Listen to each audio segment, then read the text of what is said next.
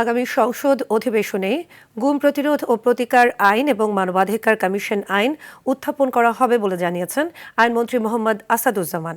বিকেলে রাজধানীর একটি হোটেলে basic meditation training for legal professional শীর্ষক অনুষ্ঠানে সাংবাদিকদের প্রশ্নের উত্তরে তিনি বলেন, সাইবার আইন নিয়ে সরকার কাজ করছে, তবে কোনোভাবেই মত প্রকাশের স্বাধীনতা বা কারো কণ্ঠরোধ করার উদ্দেশ্য নেই।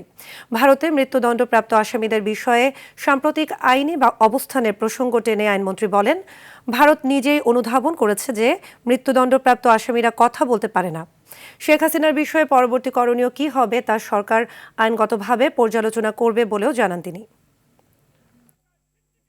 গুম প্রতিকার এবং প্রতিরোধ আইনের উপরে আরও বেশি কাজ করে আমরা বাজেট সেশনের পরের অধিবেশনেই এই পার্লামেন্টে নতুন আইন আনবো। আশা করছি নেক্সট ক্যাবিনেট মিটিং না হলেও তারপর পরের ক্যাবিনেট মিটিংয়ে যাবে, বাট নেক্সট সেশনে এটা আমরা আনবো। এ বিষয়ে আমরা কাজ করছি।